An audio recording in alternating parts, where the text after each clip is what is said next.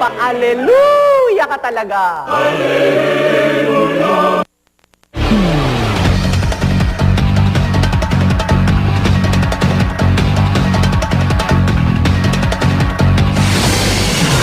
Pa-aleluya ka talaga!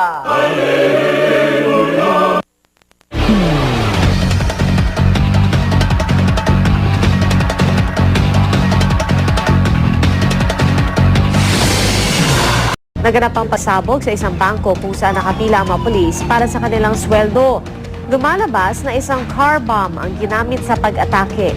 Dinala na sa pagamutan ang mga nadamay sa pagsabog para bigyang lunas.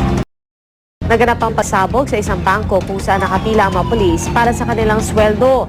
Lumalabas na isang car bomb ang ginamit sa pag-atake.